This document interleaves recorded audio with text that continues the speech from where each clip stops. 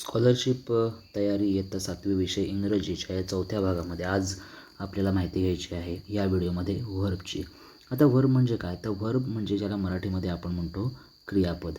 आता क्रियापद वाक्यातलं कसं ओळखायचं? तर क्रियापदाची सगळ्यात सोपी व्याख्या जी आहे लक्षात ठेवण्यासारखी, तर ती आहे वाक्यातील क्रिया दर्शवणारा शब्द. त्याला तुम्ही क्रियापद म्हणू शकता. क्रिया दर्शवणारा शब्द.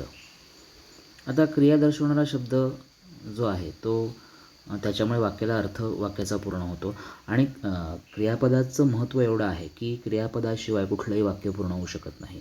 एक वेळ वाक्यामध्ये सब्जेक्ट नसला तरीही चालेल, एक वेळ वाक्यामध्ये ऑब्जेक्ट म्हणजे कर्म नसला तरी चालेल, पण जर वाक्यामध्ये व्हर्ब नसेल तर कुठलंही वाक्य हे पूर्ण होऊ शकत नाही. आपण लक्षात ठेवलं पाहिजे.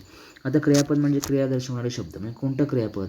तर गो आहे, त्यानंतर रीड आहे, सी आहे, स्पीक आहे, अशी असंख्य क्रियापदं भाषेमध्ये इंग्रजी भाषेमध्ये उपलब्ध आहेत. गो आहे, रीड आहे, स्पीक आहे, राईट आहे, अनेक प्रकारची क्रियापदं उपलब्ध आहेत. आणि त्यासोबतच अजून काही क्रियापदं आहेत जी अत्यंत महत्त्वाची आहे, ज्याला आपण हेल्पिंग व्हर्ब्स असं म्हणतो. आता आपण वरती जी बघितली ती मेन व्हर्ब आहेत आणि आता आपण जे बघणार आहोत ते आहेत हेल्पिंग व्हर्ब्स. आता ती कोणती आहेत बघा? तर इज, ॲम किंवा आर, त्यानंतर वॉज किंवा वेअर आणि shall be, will be. Shall be किंवा विल बी.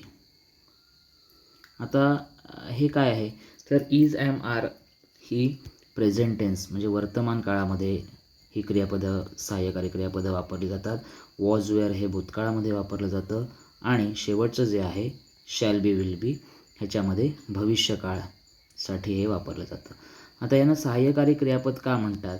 तर या क्रियापदावरनं म्हणजे इज, ॲम, आर असेल, वॉज, वेअर असेल, शॅल बी, विल बी असेल, तर ते जे वाक्य आहे त्याचा काळ आपल्याला समजून येतो. उदाहरणार्थ आता मी एक वाक्य इथे लिहितो आहे, आय एम रायटिंग, मी लिहित आहे, असं जे वाक्य आहे याच्यामध्ये ह्या ॲममुळे राईटला आय एन जी लागलं आहे. राईट हे मुख्य क्रियापद आहे, त्याला आय एन जी लागलं आहे, म्हणजे मी लिहितो आहे, म्हणजे लिखाणाची क्रिया ही सुरू आहे तेव्हा. किंवा दुसरं एक वाक्य आपण बघूया, ही वॉज वॉकिंग, तो चालत होता.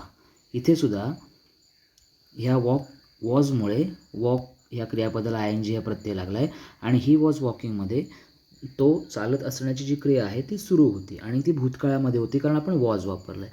तर अशा प्रकारे इज, ॲम, आर हे वर्तमान काळामध्ये वापरलं जातं, वॉज, वेअर भूतकाळामध्ये आणि शॅल बी, विल बी हे भविष्यकाळामध्ये वापरलं जातं. त्यांना हेल्पिंग व्हर्ब्स किंवा टू बीची व्हर्ब्स असंही त्यांना म्हटलं जातं. आणि त्यामुळे ग्रामरच्या कुठल्याही भाषेच्या ग्रामरमध्ये या व्हर्ब्सना अत्यंत महत्त्व आहे आणि व्हर्ब्सशिवाय कुठलंही वाक्य किंवा कुठलंही ग्रामर हे कंप्लीट होऊ शकत नाही.